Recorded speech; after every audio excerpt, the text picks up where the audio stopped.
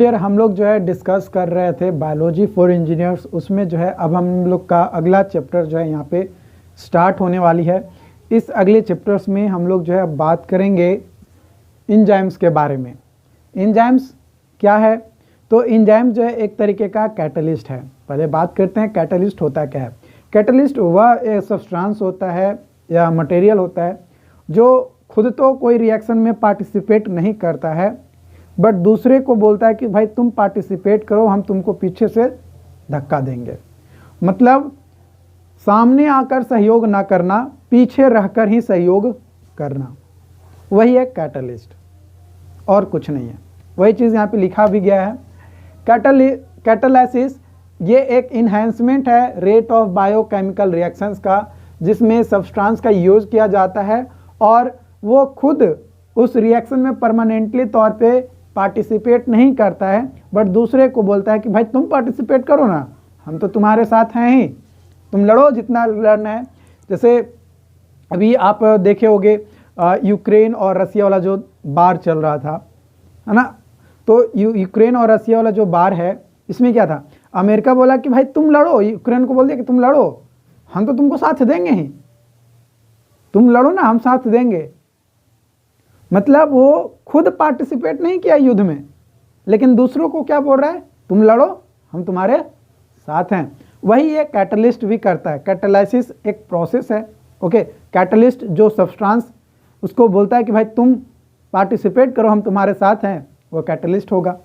तो एंजाइम जो है एक बायो कैटलिस्ट है, और जिसमें एंजाइम्स के बारे में हम लोग पढ़ते हैं, उसके kinetics, structures, functions.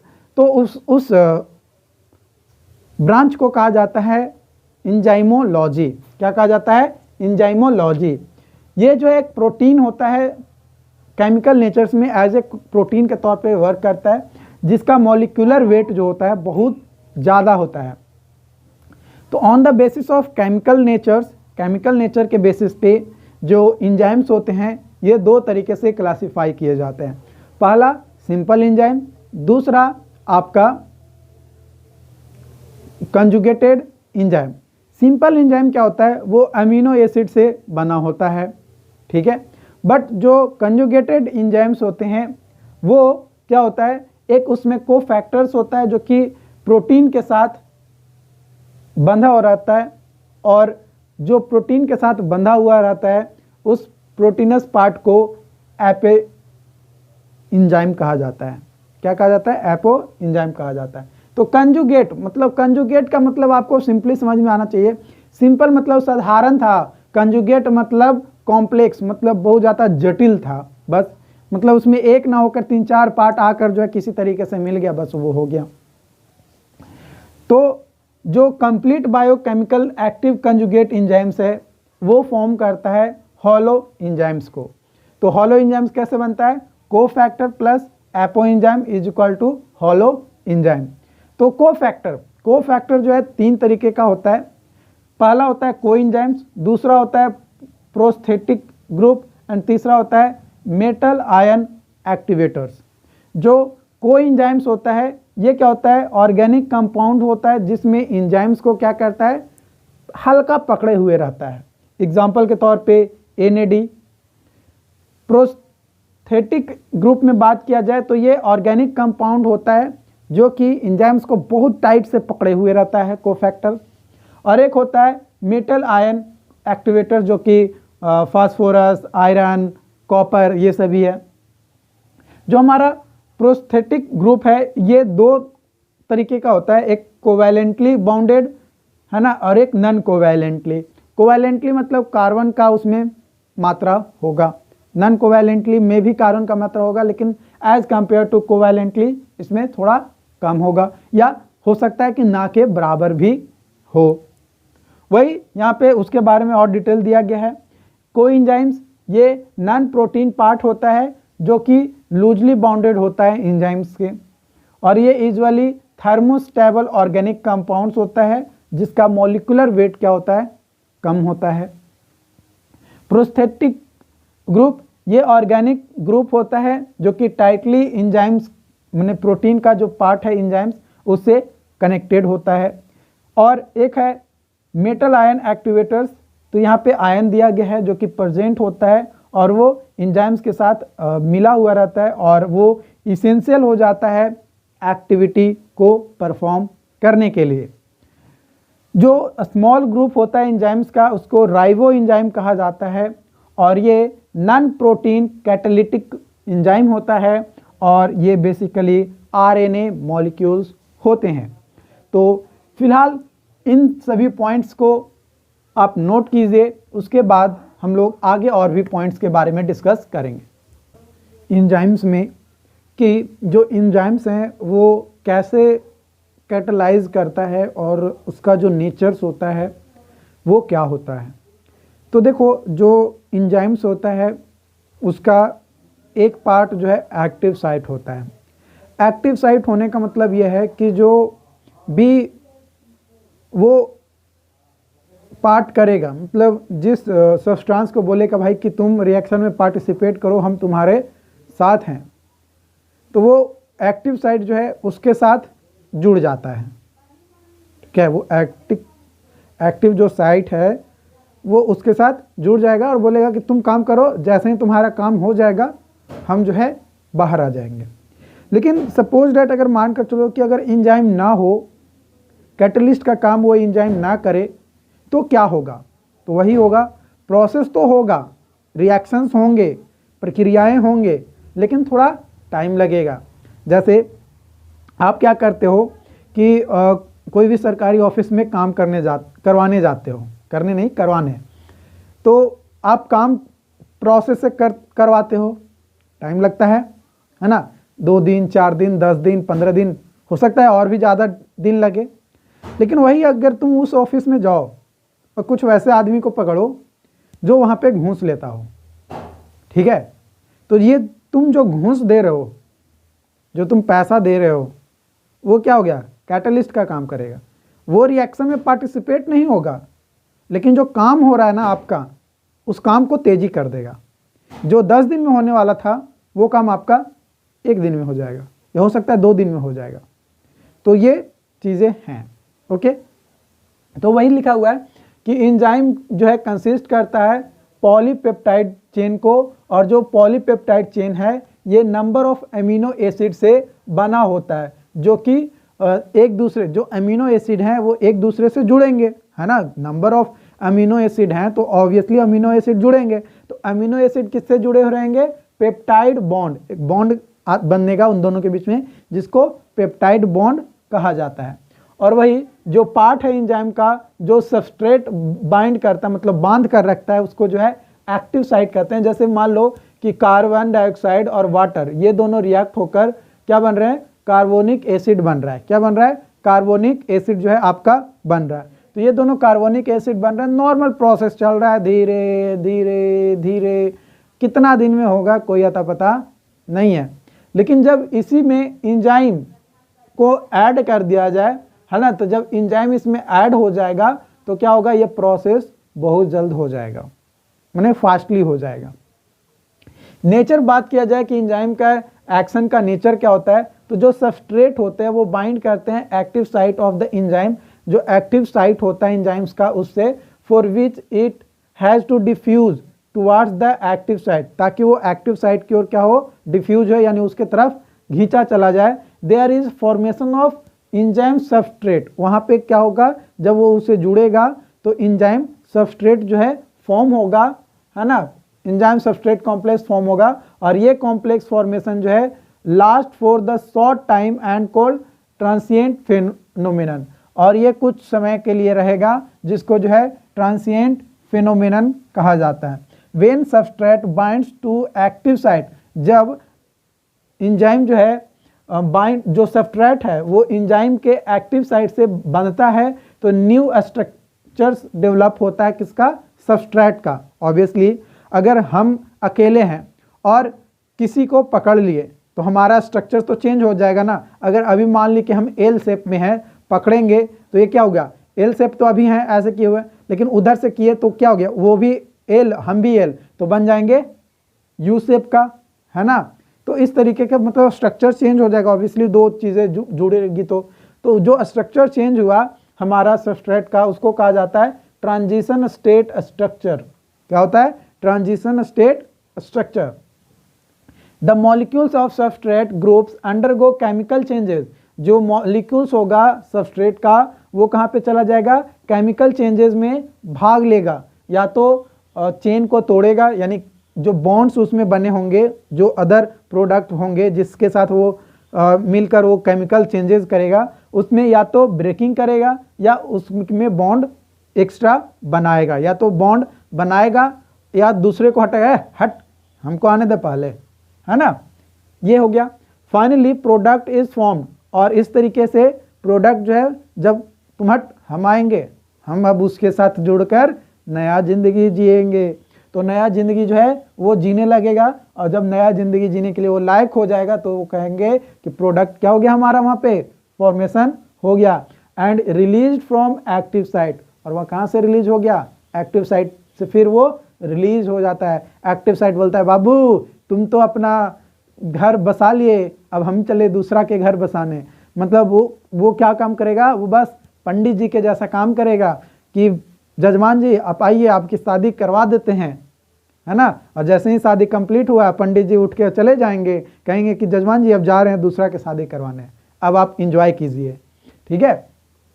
The pathways of this transformation substrate into the product must go through is called transition state structures, और उस पाथवे को ट्रांजिशन स्टेट स्ट्रक्चर्स कहा जाता है। और मॉलिक्यूल जो होता है वो हमारा, एक ही पॉइंट दो बार लगता है, लिख दिए क्या?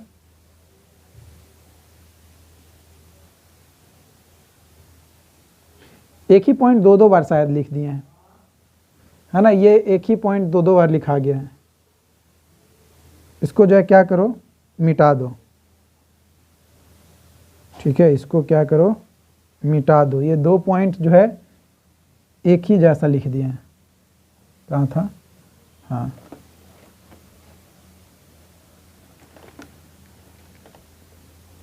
ये 2 पॉइंट्स एक जैसा ही है।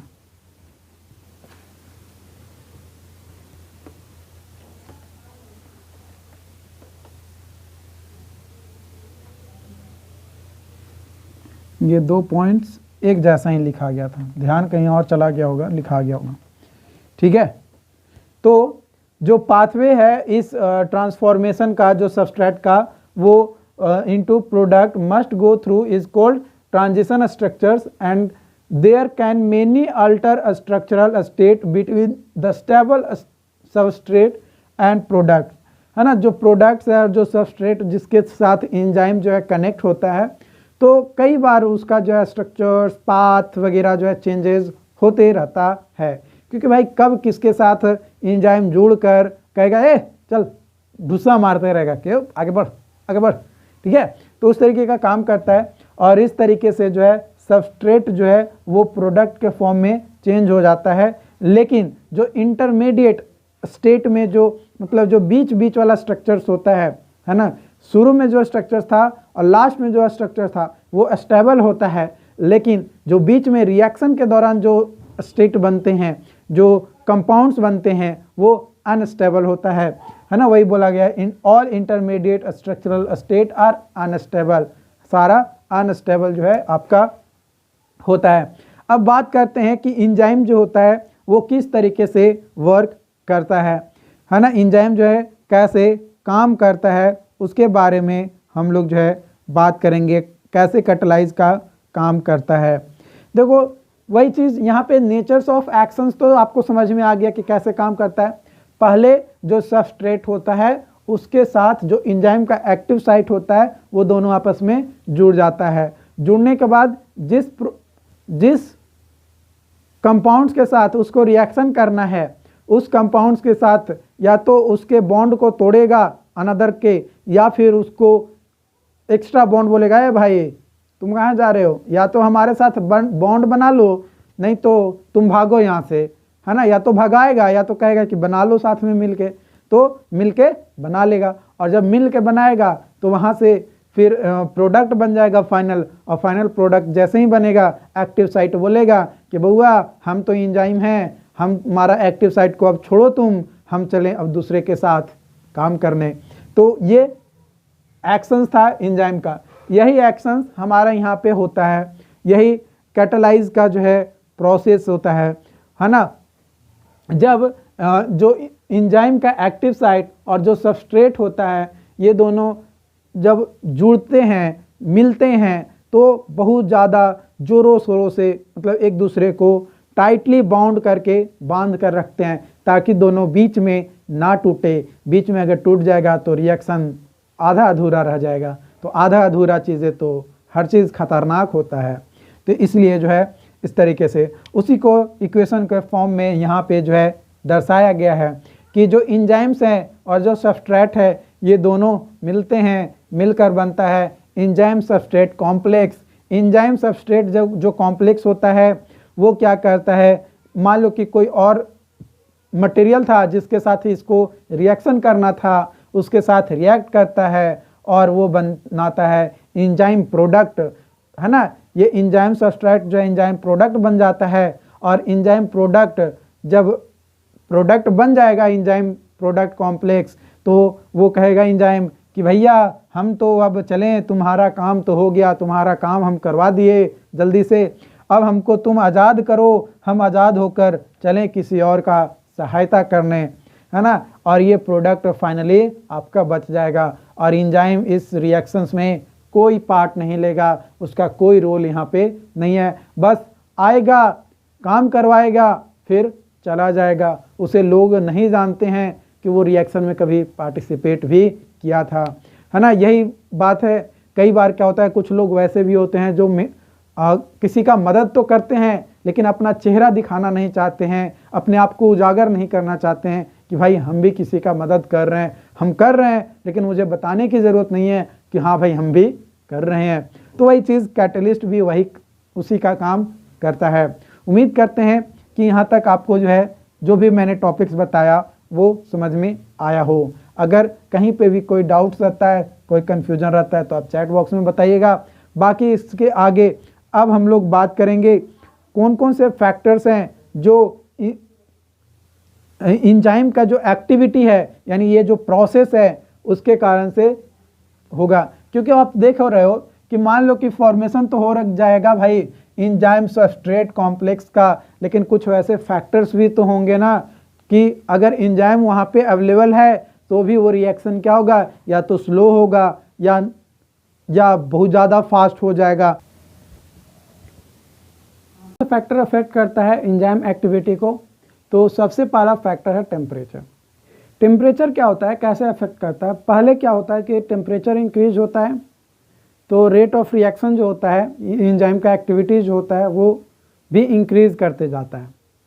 बट जैसे जैसे एक ऑप्टिमल टेम्परेचर मतलब एक मैक्सिमम टेम्परेचर को रीच आउट करता है, उसके बाद अगर उस ऑप्टिमल टेम्परेचर से भी ज़्यादा मतलब एक निश्चित पॉइंट हो जाता है ना, एक फिक्स पॉइंट हो जाता है, फिक्स टेम्परेचर हो जाता है, उससे भी अगर ज़्यादा टेम्परेचर इंक्रीज कर दें तो जो फिर रेट ऑफ एक्टिविटी होता है एंजाइम का रिएक्शंस का, है ना, एंजाइम के रिएक्शंस का, वो क्या हो जाता है, कम होने लगता है।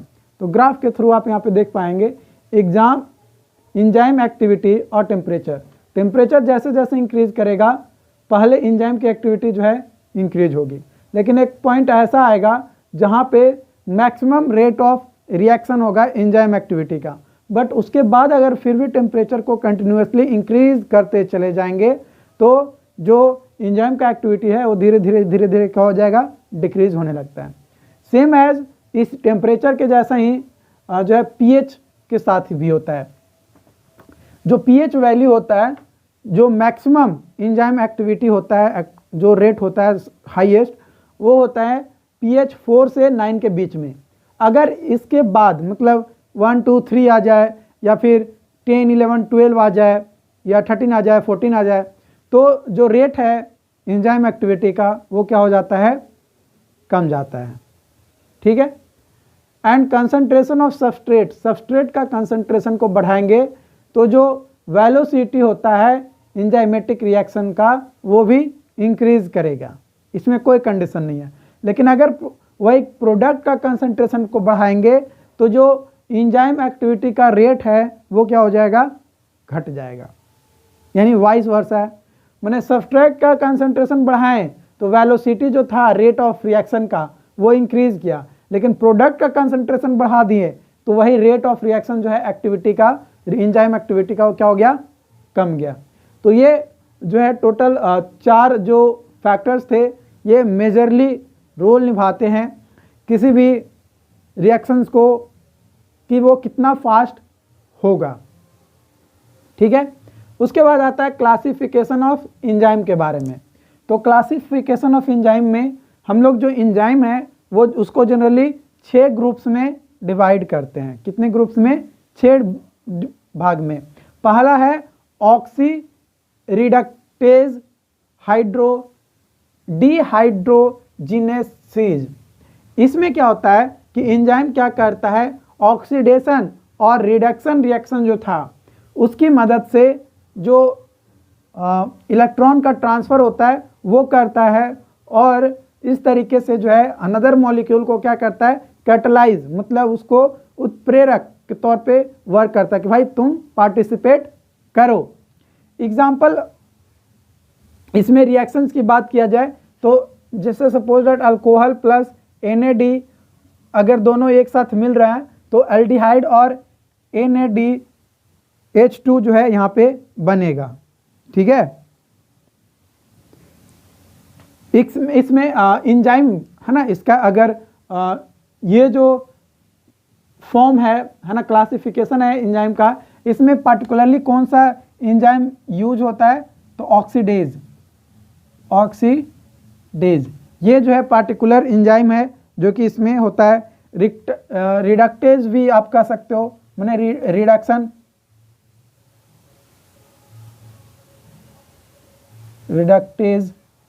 ये क्या है, ऑक्सीडेशन और रिडक्शन के कारण से होता है। फिर उसके बाद है ट्रांसफेरेज। इसमें क्या होता है कि कैटलाइज जो होता है, जो एंजाइम्स होता है वो कैटलाइज करता है जो स्पेसिफिक ग्रुप होता है उसको ट्रांसफ़र करके हाइड्रोजन एटम को क्या करता है, ट्रांसफ़र करता है दूसरे जो सब्सट्रेट है उस पे। ठीक है, नेक्स्ट है हाइड्रोलाइसिस। हाइड्रोलाइसिस में क्या होता है कि एंजाइम जो है वो क्या करता है, लार्ज मॉलिक्यूल को तोड़ देता है। लार्ज मॉलिक्यूल को क्या करता है, तोड़ देता है, छोटे छोटे मॉलिक्यूल में उसको क्या कर देता है, डिवाइड कर देता है। कब, जब उसमें पानी का ऐड करते हैं, कोई रिएक्शन में पानी को एक्स्ट्रा ऐड कर देते हैं तब। जैसे सुक्रोज में पानी का एडिशन किए तो क्या हुआ, फ्रुक्टोज और ग्लूकोज में चेंज हो गया। इसमें एंजाइम की बात किया जाए, एमाइलेज, लाइपेज, माल्टोज, ये सभी एंजाइम्स हैं। लिएसेज में क्या होता है कि ये वैसा एंजाइम होता है जो कि जो सब्सट्रेट होता है उसका क्लीवेज होता है और उसको 2 पार्टों में तोड़ देता है विदाउट यूजिंग वाटर और removal of group without hydrolysis. यानी बिना हाइड्रोलाइसिस के जो है 2 भागों में तोड़ देता है ना। जो कि एग्जांपल के तौर पे कहें तो डी कार्बोजाइलेज, कार्बोनी अनहाइड्रेज, ये सभी है। आइसोमेरेज में क्या होता है कि जो अरेंजमेंट है उसको चेंज कर देता है, मॉलिक्यूलर स्ट्रक्चर का जो अरेंजमेंट है वो चेंज हो जाता है तो वो अलग प्रोडक्ट बन जाता है। जैसे जो ग्लूकोज 6 फास्फेट था इसको जब आइसोमरेज करते हैं है ना, तो यहाँ पे क्या होता है, फ्रुक्टोज 6 फास्फेट जो है बन जाता है। लाइगेज जो है ये भी वैसा एंजाइम है जो कि कोवेलेंट बॉन्ड को क्या करते रहता है, सबस्ट्रेट में चेंज कर देता है by forming a large molecule. और ये जो कैटलाइज है ये जनरली ज्वाइन करता है CO, CS and PO bonds को बाय यूजिंग ATP जो कि एनर्जी के फॉर्म में यूज होता है। ठीक है, इसमें अगर बात किया जाए ATP वाला में तो इसमें एक रिएक्शंस की बात किया जाए तो रिएक्शंस आपका क्या हो जाएगा, इसका रिएक्शंस हो जाएगा। इसका रिएक्शंस मैं यहाँ पे लिख रहा हूँ, ठीक है, स्टार देकर। फास्फोफिनॉल पायरुविक एसिड प्लस CO2। ये जब ATP यानी एनर्जी का जो स्रोत है वो, और जो फास्फोफिनॉल पायरुवेट जो है वो यानी PEP के प्रेजेंस में, तो ये बन जाता है ओजालो एसेटिक एसिड। ठीक है, तो इसको जो है आप नोट डाउन कर लीजिए। और उसके बाद अब हम लोग जो है बात करेंगे मैकेनिज्म, है ना, मैकेनिज्म के बारे में डिस्कस करेंगे। और उसके बाद जो एंजाइम का जो है काइनेटिक थ्योरी है उसके बारे में हम लोग जो है डिस्कस करेंगे, यानी एंजाइम काइनेटिक्स के बारे में हम लोग जो है बात करेंगे। ओके, तो वन बाय वन सारी चीज़ें हम लोग एक प्रॉपर सीरीज में हम लोग डिस्कस कर रहे हैं। तो प्लीज़ आप लोग जो है वीडियो का स्किप मत कीजिए। कई बार क्या होता है कि आप लोग पेड कोर्सेज ज्वाइन तो कर लेते हैं, है ना, बट उसको प्रॉपर तरीके से देख नहीं पाते हैं। और जब प्रॉपर तरीके से अगर आप नहीं देखेंगे, स्किप कर करके देखेंगे, तो रिजल्ट भी वैसा ही आने वाला है। तो इसलिए बहुत ज़्यादा इम्पॉर्टेंट है, और मार्क्स बहुत ज़्यादा इम्पॉर्टेंट है सेमेस्टर में। ठीक है, पहले लगता था जब मुझे लगता था कि यार मार्क्स तो उतना इम्पोर्टेंस नहीं है, लेकिन मार्क्स का इम्पोर्टेंस है। अगर बिहार में आपको जॉब करना है, बिहार के गवर्नमेंट डिपार्टमेंट में जॉब करना है, तो मार्क्स बहुत ज़्यादा इम्पॉर्टेंट है। कब कौन सा फॉर्म आ जाए जो मार्क्स बेसिस पे निकाल देगा, इसकी कोई गारंटी नहीं है। ठीक है, इसकी कोई निश्चित नहीं है कि मार्क्स, और कई बार अगर एग्ज़ाम भी ले रहा है ना डिपार्टमेंट, तो उसमें भी बोल देता है कि आपके जो सेमेस्टर एग्ज़ाम है उसका जो है 25% वेटेज दिया जाएगा। मतलब सेमेस्टर एग्ज़ाम पे आपका फोकस वो करता है। गवर्नमेंट को बस सिंपल यही लगता है कि जो इसका मार्क्स ज़्यादा है वो पढ़ने में बहुत तेज़ है, जिसका मार्क्स कम है वो पढ़ने में बहुत है। तो इसलिए सेमेस्टर एग्ज़ाम में आप कितना पढ़ रहे हो अभी उससे कोई फ़र्क नहीं पड़ता है, लेकिन सेमेस्टर एग्ज़ाम में आपका नंबर अच्छा आना चाहिए। इसलिए प्लीज़ नॉलेज के साथ साथ नंबर भी ज़रूरी है। तो आप लोग प्लीज़ बिना स्किप किए हुए देखिएगा। ओके, तो इसको नोट कीजिए। जो मैकेनिज्म है एंजाइम एक्शंस का, ये दो थ्योरी के द्वारा जो है बताया गया। जो दो हाइपोथेसिस है वो पुट किया गया, और उसके बाद जो है जो एंजाइम का एक्शंस है उसके मोड को क्या किया गया, समझाया गया, एक्सप्लेन किया गया। तो पहला हाइपोथेसिस है लॉक एंड की हाइपोथेसिस। ये जो हाइपोथेसिस है ये एमिल फिशर के द्वारा दिया गया था 1984 में। इन्होंने क्या कहा था, मतलब इस थ्योरी के अनुसार, इस सिद्धांत के अनुसार, कि जो एंजाइम और सबस्ट्रेट है, जो मॉलिक्यूल है, वो एक स्पेसिफिक जियोमेट्रिकल शेप में होता है, जो कि ताले और चाबी के जैसा दिखाई देता है या प्रतीत होता है, जिसमें एक स्पेशल जियोमेट्रिकल शेप होता है, जिसमें जो है एक्टिविटी उस रीजन्स में देखने को मिलता है।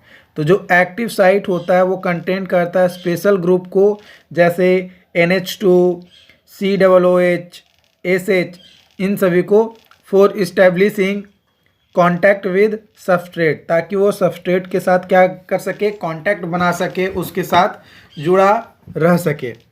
Just as a lock can be opened by its specific key, मैंने जिस तरीके से ताले को एक स्पेशल चाबी से, उसका मतलब एक स्पेशल चाबी होता है, उसी से खोला जा सकता है, उसी के जैसा।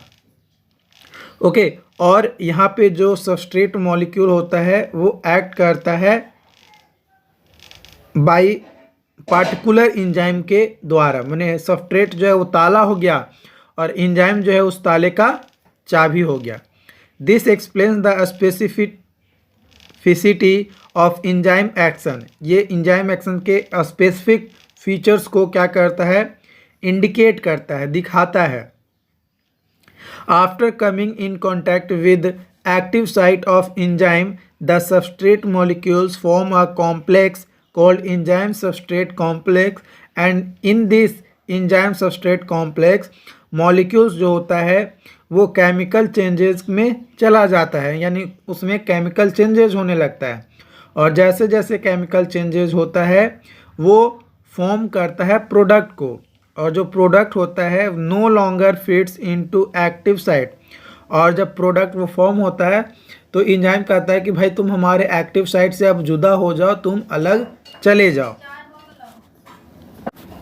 This escapes from surrounding media, जो एक्टिव साइट था यानी एंजाइम का वो बाहर चला जाता है, फ्री हो जाता है सबस्ट्रेट से, और जो प्रोडक्ट बना हुआ रहता है वो प्रोडक्ट एंड प्रोडक्ट हमें जो है मिल जाता है।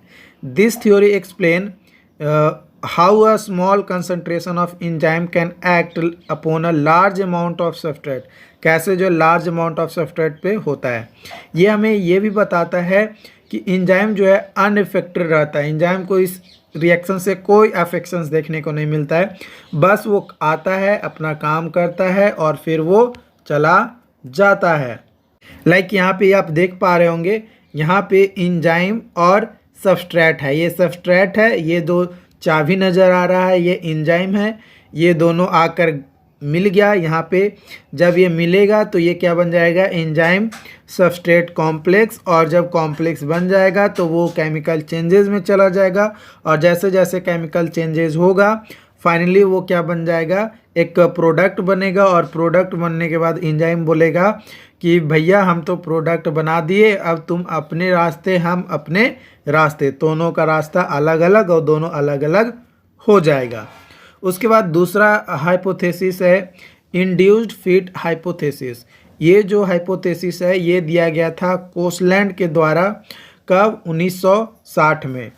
उन्होंने यह कहा था इस हाइपोथेसिस में कि जो एक्टिव साइट होता है एंजाइम का does not initially exist in shape, है ना, वो इनिशियली वो एग्जिस्ट नहीं करता है, that is complementary to the substrate, वो सबस्ट्रेट के कम्प्लीमेंट्री होता है। जैसे ही सबस्ट्रेट आता है तो ये जो है इंड्यूस हो जाता है, मतलब एक्टिव साइट अचानक से प्रकट हो जाता है। जैसे बोला जाता है ना कि आप भगवान की प्रार्थना कीजिए, अगर आपका दिल मन सारा साफ रहेगा तो भगवान आपके सामने साक्षात्कार दर्शन देंगे।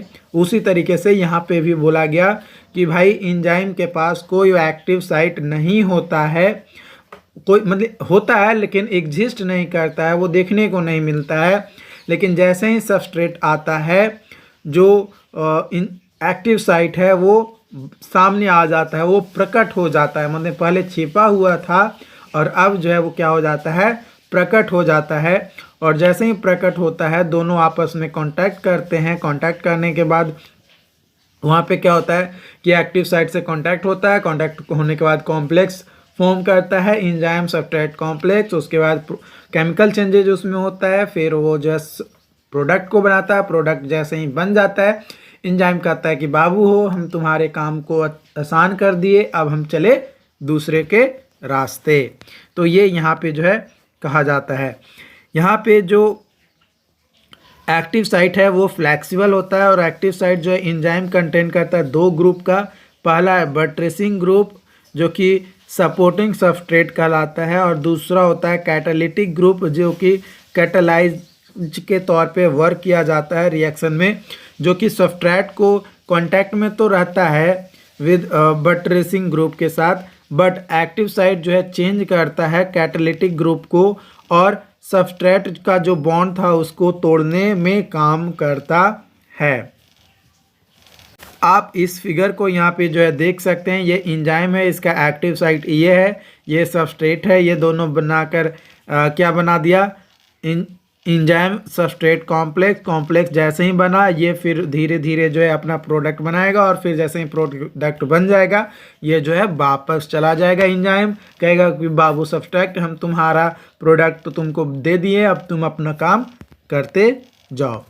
अब हम लोग बात करेंगे एंजाइम काइनेटिक के बारे में। एंजाइम काइनेटिक क्या होता है, इन एंजाइमेटिक रिएक्शन, जो एंजाइमेटिक रिएक्शन होता है इसमें जो सबस्ट्रेट होता है वो प्रोडक्ट में तो चेंज हो जाता है, लेकिन जो रेट ऑफ रिएक्शंस होता है वो डिपेंड करता है सबस्ट्रेट के कंसंट्रेशन के ऊपर।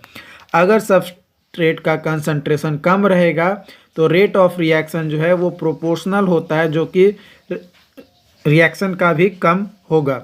दो as the substrate concentration increase the velocity of reaction falls and no longer proportional to the substrate concentration. यहाँ पे बोला क्या जा रहा है कि पहले टेम्परेचर बढ़ाएंगे तो उसका वेलोसिटी जो था रेट का वो जो है क्या होता है धीरे धीरे बढ़ता है, लेकिन बहुत ज़्यादा अगर कंसंट्रेशन बढ़ा दें तो फिर वो जो है धीरे धीरे फॉल होने लगता है और वो फिर प्रोपोर्शनल नहीं रह पाता है। With the further increase in substrate concentration the rate of reaction becomes constant, मतलब बाद में वो क्या हो जाता है कांस्टेंट हो जाता है and independent of substrate concentration. और सबस्ट्रेट का कंसंट्रेशन उसके बाद कितना भी हो जाए उससे कोई फर्क नहीं पड़ता, वो कांस्टेंट के कांस्टेंट ही रह जाता है, यानी इंडिपेंडेंट हो जाता है। So enzyme at this stage shows the saturation effect. इस कंडीशंस में जो एंजाइम होता है वो सैचुरेशन स्टेट को क्या करता है दिखाता है कि भाई हम अब सैचुरेट हो गए हैं, हम किसी के साथ रिएक्शन नहीं करेंगे। तो ये जो है एक काइनेटिक्स है कि हाँ भाई किस तरीके से हो रहा है। तो जो सबस्ट्रेट कंसंट्रेशन होता है वो हमें यह बताता है कि half way of V max is called K max, है ना, उसको जो है काइनेटिक मैक्सिमम बोलेंगे। एंड ये यूजुअली मेज़र किया जाता है क्विकली रिएक्शंस रेट जो कि इंक्रीज करता है सबस्ट्रेट कंसंट्रेशन को, और के एम जो है वो ऑल्सो मेजर करता है एंजाइम एफिनिटी को, यानी टेंडेंसी टू बाइंड, मतलब कितना वो बाइंड करने सबस्ट्रेट को बाइंड करने की कैपेसिटी उसमें है।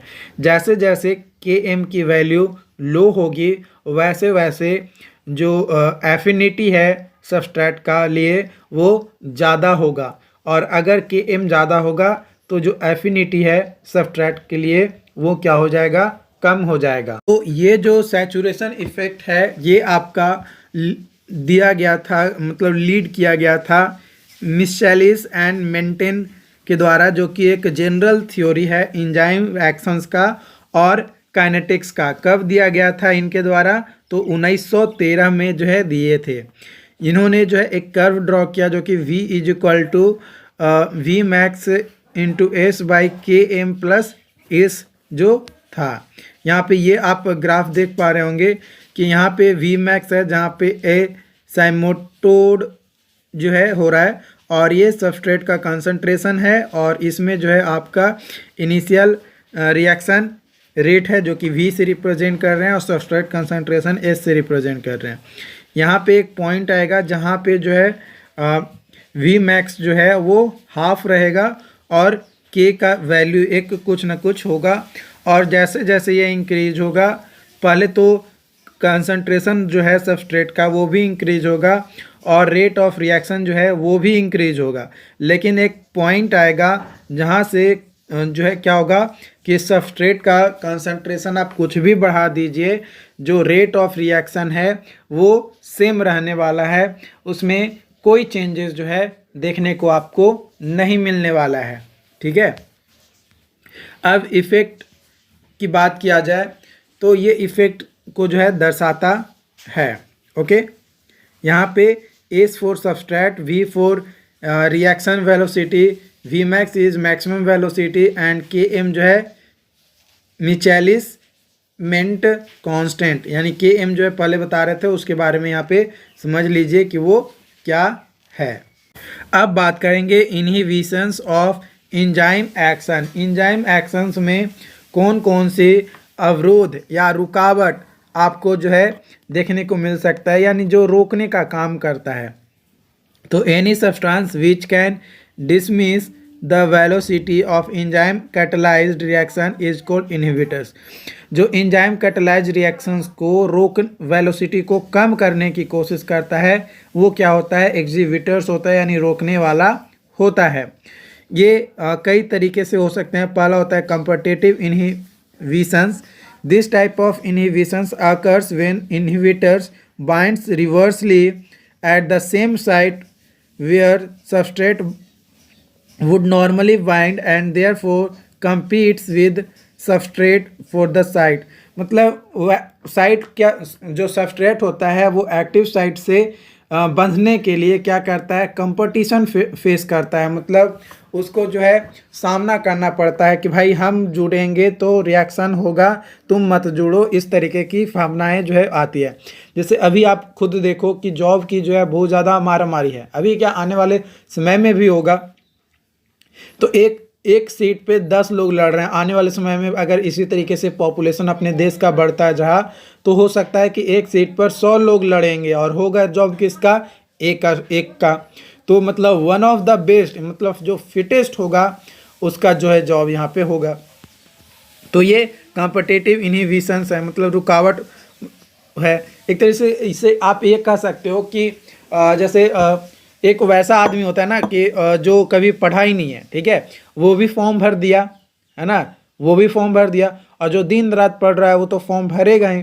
तो जो नहीं भरा है वो बस संख्या गिनवाने के लिए कि भाई हम भी जो है एग्ज़ाम देंगे, है ना, चाहे हम पढ़ें या ना पढ़ें उससे तुमको कोई फ़र्क नहीं पड़ता है, हम तो भाई कंपटीशन में भाग लेंगे तो लेंगे, तुमको जो उखाड़ना है उखाड़ ले, है ना। बस उसी तरीके से यहाँ पे भी हो रहा है।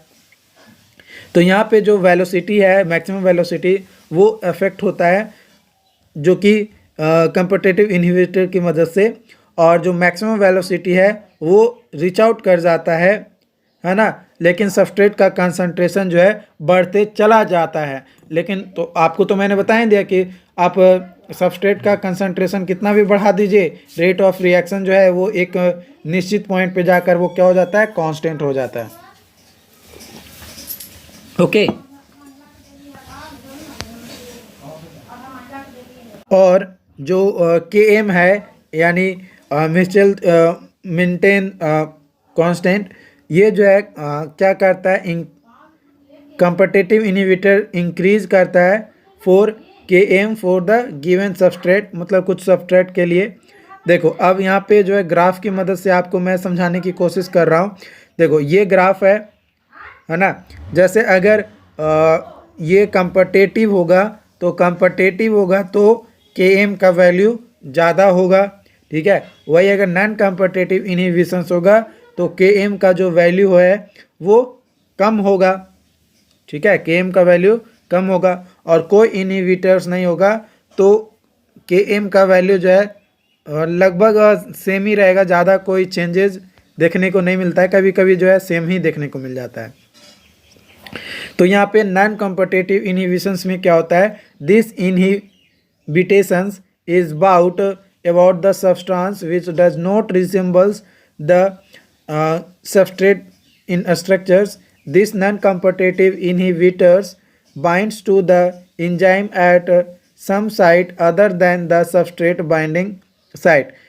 No product is formed. और इस कंडीशन में कोई प्रोडक्ट फॉर्म नहीं। ऑब्वियसली जब सबस्ट्रेट जो है एक्टिव साइट के साथ बाइंड होगा, है ना, अदर कोई कंपटीशन होगा ही नहीं, तो कोई अलग प्रोडक्ट भी नहीं फॉर्म होगा। जो प्रोडक्ट फॉर्म होना था वही प्रोडक्ट फॉर्म होगा, कोई स्पेशल और अलग प्रोडक्ट यहाँ पे फॉर्म नहीं होगा। ये आप ग्राफ यहाँ पे देख सकते हो, ठीक है, ये आपका जो है ग्राफ है, ये रिएक्शन वेलोसिटी है और इधर Km का वैल्यू है। यहाँ पे presence in the reaction in the presence of reversible competitive inhibitors, और यहाँ पे कोई इनहिबिटर्स जो है प्रेजेंट नहीं है इस वाला कंडीशन में, लेकिन यहाँ पे है। तो यहाँ पे है तो यहाँ पे Km का वैल्यू जो है ज़्यादा हो गया, और यहाँ पे नहीं है तो Km का वैल्यू जो है कम हो गया। तो मतलब थोड़ा कम देखने को मिलता है अगर कंपटीशन हो रहा है तो भी, और नहीं हो रहा है तो भी, माने कोई इनहिबिटर्स नहीं है तब। इनहिबिटर्स है लेकिन वो कंपटीट नहीं कर रहा है, दोनों के बीच में कंपटीशन नहीं हो रहा है तब, ठीक है। तो अगर हम लोग बात करें इफ़ेक्ट के बारे में, तो नॉन कॉम्पिटिटिव इनहिबिटर्स में हमारा जो है इंक्रीज करता है कंसंट्रेशन जो होता है सबस्ट्रेट का, तो उस कंडीशन में हमारा जो वी मैक्स है वो क्या होता है, डिक्रीज होता है। लेकिन अगर Km की बात किया जाए तो नॉन कॉम्पिटिटिव इनहिबिटर्स में जो Km की वैल्यू है वो कोई भी इंटरफेयर नहीं करता है हमारा सबस्ट्रेट के साथ, और इसलिए हम लोग कह सकते हैं कि Km का वैल्यू इन द प्रेजेंस और absence of non competitive inhibitors same रहता है, कोई चेंजेस नहीं होता है, क्योंकि है लेकिन पार्टिसिपेट ही नहीं करेगा तो उसका कोई फ़र्क थोड़ा ना पड़ता है। जैसे आप मानकर चलो कि आपके साथ 10 दोस्त हैं, 10 दोस्त जो है 100 रुपया मिलाकर कहीं पे पार्टी करने के लिए चले गए, ठीक है। अब वहाँ पे 2 और दोस्त आ गया, वो बोला कि भाई हम भी पार्टिसिपेट करेंगे तुम्हारे साथ इस पार्टी में, लेकिन वो 100 रुपया आपको दे दिया, लेकिन फिर बोला कि भाई तो हम तो तुमको 100 रुपया दे देते हैं, लेकिन हमको कुछ ज़रूरी काम आ गया है से तुम लोग पार्टी करो, हम जो है अब इसमें कुछ नहीं करेंगे। यानी पैसा भी दे दिया, आपका हेल्प भी कर दिया, लेकिन वो जब पार्टी मनाने की बारी आई तो वो पार्टी मनाने का टाइम में बोला कि भाई हमको काम है, हम तो चले अपने घर, ठीक है। तो इस तरीके से उसके बाद तीसरा जो इनहिबिटेशन है वो है allosteric inhibition. Sometimes inhibitors joins an enzyme at the specific site and change the form of active site meant for the substrate, and these inhibitors known as modifier।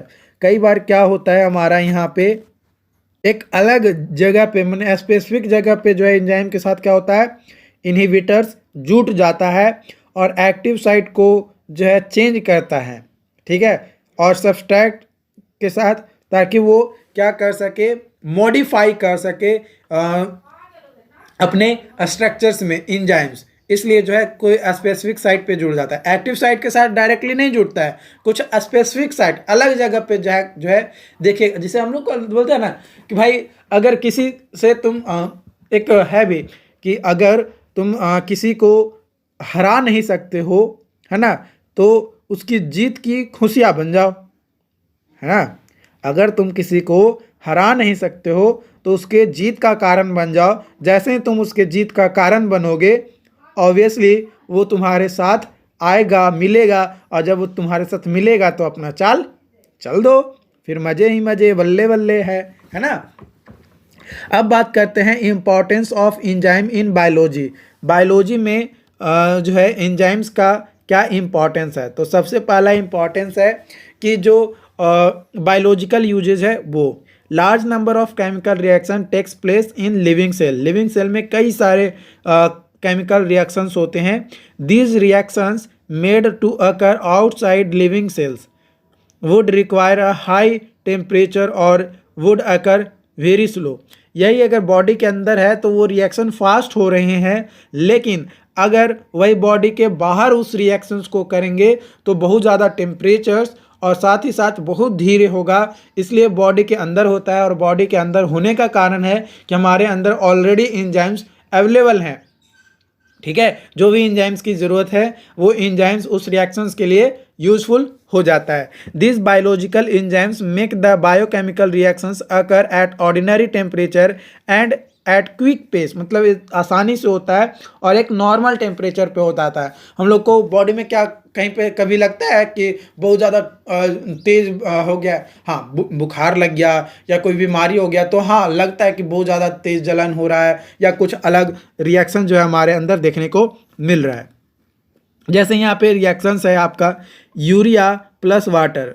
ये यूरीज एंजाइम्स के कांटेक्ट में जो रहता है तो ये नॉर्मली हो जाता है नॉर्मल टेम्परेचर पे, लेकिन यही अगर हम लोग लिविंग सेल से बाहर निकालें और उसके बाद इस रिएक्शंस को करवाएंगे तो बहुत ज़्यादा जो है क्या लेगा, टाइम लेगा और टेम्परेचर भी लेगा और धीरे धीरे होगा। उसके बाद है physiology enzymes present in stomach quickly and efficiently carry out the process of digestion.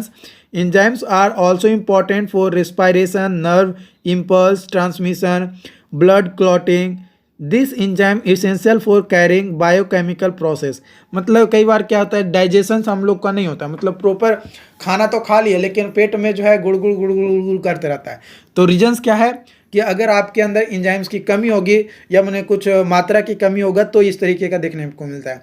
तो आपके अंदर जो पेट में भोजन वगैरह पचता है उसके लिए भी एंजाइम की ज़रूरत है। एंजाइम नहीं रहेगा तो भोजन वगैरह नहीं पचेगा। तीसरा है मेडिकल डायग्नोसिस एलिसा यानी इंजाइम लिंक्ड एमिनो सोर्वेंट एसेई। ये जो है इसका यूज किया जाता है डिजीज़ को चेक करने के लिए, जैसे एड्स, लिम्ब डिजीज़, इन सभी को चेक करने के लिए भी जो है कई बार इंजाइम्स की ज़रूरत पड़ती है। मेडिकल ट्रीटमेंट, इंजाइम्स की ज़रूरत जो है कई बार ब्लड क्लॉटिंग जब फॉर्मेशंस हो जाता है ब्लड वेसल में, तो उसको पिघलाने के लिए, घोरने के लिए, है ना, भी इंजाइम्स की ज़रूरत पड़ती है। नेक्स्ट है जेनेटिक इंजीनियरिंग में भी इंजाइम की ज़रूरत पड़ती है, जैसे लाइगेज, न्यूक्लिएज, इन सभी का जेनेटिक इंजीनियरिंग में भी यूजेज होता है। ठीक है, अब हम लोग बात करेंगे यहाँ पे आरएनए कैटालाइसिस के बारे में। तो राइबो इंजाइम्स जो होता है वो क्या होता है, ऐसा इंजाइम्स होता है जो कि आरएनए से बना होता है और ये एक प्रोटीन ही है। इसका दो इम्पॉर्टेंट रिएक्शंस होता है सेल्स के अंदर जो कि कैटालाइज का काम करता है। पहला होता है स्प्लाइसिंग और दूसरा होता है वायरल रिप्लीशन, है ना, वायरल रिप्लीशन। जो राइबो इंजाइम्स है वो होता है RNA molecules with that accelerate the chemical reaction. मतलब आरएनए इंजाइम जो है क्या होता है, आरएनए मॉलिक्यूल को एक्सेलरेट करता है केमिकल रिएक्शन में कि भाई तुम अच्छे से काम करो। ऐसा नहीं है कि तुम खराब काम कर दो और हमको जो है फिर पछताना पड़ जाए। इसका कुछ एप्लीकेशंस है। क्या एप्लीकेशंस है, तो पहला एप्लीकेशंस है कि राइबो इंजाइम्स जो है वो प्रोपोज्ड और डेवलप किया गया था फॉर ट्रीटमेंट एंड डिजीज़ के लिए, लाइक जीन थेरेपी के लिए। और सिंथेटिक राइबो इंजाइम जो है वो डेवलप किया गया था क्लिनिकल टेस्ट के लिए फॉर HIV इन्फेक्शंस जैसे बीमारी के लिए। और राइबो इंजाइम जो है वो डिज़ाइन किया गया था ताकि जो हेपेटाइटिस C है उस वायरस को क्या कर सके, ख़त्म कर सके, हटा सके। आई होप कि ये वीडियोज़ आपको पसंद आई हो, और अगर कहीं पे भी कोई भी डाउट्स आता है, कोई भी कन्फ्यूजन रहता है तो आप कमेंट करके हमें ज़रूर बताइएगा ताकि आपकी हेल्प किया जा सके।